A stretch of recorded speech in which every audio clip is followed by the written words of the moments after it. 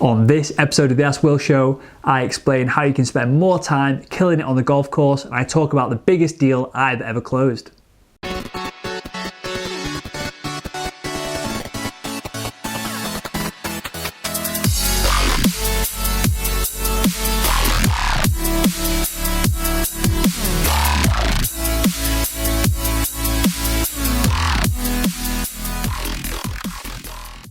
Welcome to episode 6 of the Ask Will Show. So use hashtag AskWillShow on Facebook, Twitter, in the comments below if you're watching this on YouTube.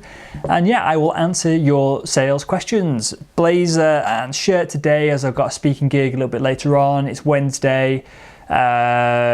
Lots of progress with the site, some good numbers on salesman.red this week, which is really promising, a couple of thousand more a day than what we're used to. So yeah, good stuff. I'll leave a link here if you haven't been on the blog yet. I write all kinds of quite personal posts, I guess, about sales and my experience. So yes, go and check that out, and let's jump in with some questions. Amanda Beth asks, how to most effectively address/reduce admin follow-ups when on the road or on the golf course? So it's interesting this. I think my predictions, my future hat on, I think salespeople in the future are going to have a team around them. I think they're going to have not a secretary or a PA, but well, yeah, maybe an assistant of some sort. And this is happening in like the medical device market and a couple of markets that I know well, that you have the salesperson, then they'll have a technical person with them, and then they'll also have someone who is perhaps a trainee salesperson who can do some of this admin follow-up. Admin follow-up is not the best use of a salesperson's time a lot of the time. Sometimes you need to just man up and do it. It's something that I hate doing. Everyone that emails me, will@salesman.red if you want to get in contact or you want to ask a question that way, I guess. I've never really thought about questions that come in that way. You might hammer up my inbox. But yeah, for the moment, throw questions for the Ask Will Show, will@salesman.red. Yeah, I'm notoriously bad at following up with people. If a follow-up is needed and required within a couple of hours, you'll get it. If you send me a crappy email trying to sell me something or pitch something or ask me to be involved with something and there's no definite time frames involved, then I'll take a couple of weeks to get back to you just because I'm busy. And I guess you've got to look at it similarly when you're trying to speak to prospects and you're trying to follow up with people. If you following up really quickly, which takes more time because it's all spread out throughout the day and the weeks, if that is a real benefit to your prospects, then you've got to man up and do it. It's tough. If they don't really care, if you get back to them at the end of the week and you can block it all together, then that's how you reduce your admin time and you can spend more time killing it on the golf course. Vishnu asks, what is the number one quality a sales professional needs to be a success in the industry? So interesting question. What should it be or what is it? They are two different questions. I'm not sure which one you're asking here, even though you've used the word should. For me, hustle. It's kind of a weird, obnoxious word, and it's in vogue at the moment. And I wrote about it on the blog as well recently. In fact, one of the most downloaded or the most viewed posts, which had over 100,000 views, was a post that I wrote about hustle and how I stopped drinking, and we'll link that in the show notes below for anyone who wants to check it out. But yeah, hustle is a trait that is very difficult to suss it out before you've hired the person, I guess, from a sales manager perspective. But yeah, if you can put skills by their very nature, I think sales is a skill. You can learn it. It's something that I've talked about on the podcast a bunch of times. Every single thing from influence to rapport to being confident, I think they're all learned skills. You either learn them when you're a child or you can learn them as an adult. I genuinely believe even the most introverted person can become a great salesperson given the right training, a mentor, some good experiences and time. They will become confident to speak and to pitch and to sell. I don't think that's a problem. Hustle though, is it a learned skill or is it something that's like built into your DNA? I don't know. Perhaps thousands of years ago, some member of your family had a real struggle, and so they had to ingrain into their brain that they have to work really hard to get out of whatever struggle they're in. And that could be tigers chasing them. It could be being on a farm in the middle of nowhere and having to work 15-hour days every day just to eat. I don't know. But I think that and there's science that backs some of this up as well. They've done a bunch of studies where I can't remember what country it was. I'll link it again in the show notes below. But essentially, there was a group of a village of farmers. Every few years, there'd be a real struggle.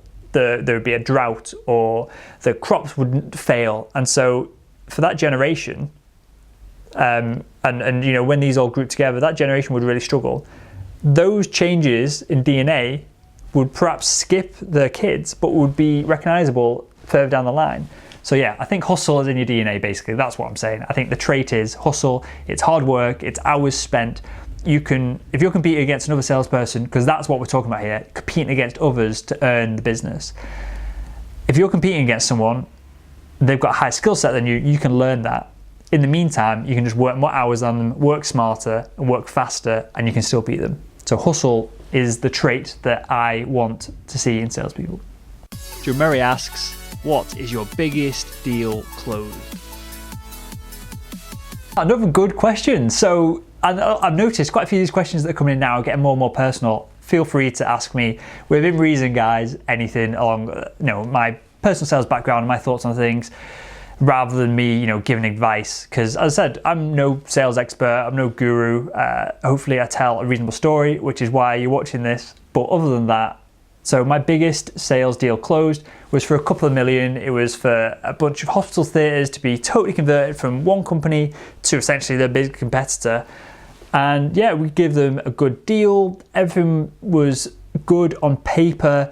And then we knew the surgeons who are kind of the decision maker, but didn't have the budget. It's a really weird situation.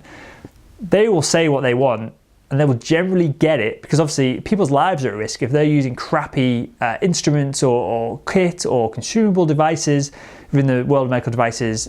They're liable, so they will fight. If they have to use something that's not suitable for the purpose, and then they get sued, lose their job, get struck off as a doctor, as a surgeon, their 20 years they've spent building up this experience is totally wasted. So they will fight tooth and nail for what they want if you get them on board. But as I said, the decision maker is the procurement department. So in answer to your question, it was a couple of million, and it was a big conversion from hospital theatres to use from one company who were good over to my company, which were better. Mareed asks, how do you motivate lower sales staff? Mareed, excellent question, and thanks for asking it, because you are all over our Facebook, and I really appreciate all the likes and the shares that you're putting in. Guys, I'm watching you guys. I know who is putting in the effort here to help share our message, and yeah, appreciate it, mate. Now to answer your question, I have no sales management experience. So all I can talk about is from the other way around of what motivated me as a salesperson, what motivates me now. The first thing is that sales managers I've had are always split into two directions. Those that motivate by dangling a stick in front of me, and those who motivate me by trying to, slap me on the ass with the same stick.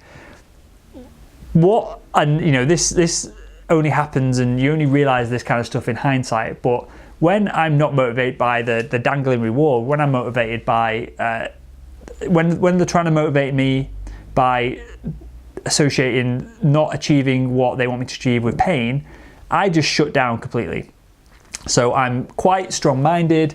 I know where I want to be in life. I know what I want. And I know that negative thoughts, and I don't think there's any hippie kind of, you think something bad and then it manifests itself. I don't think anything like that.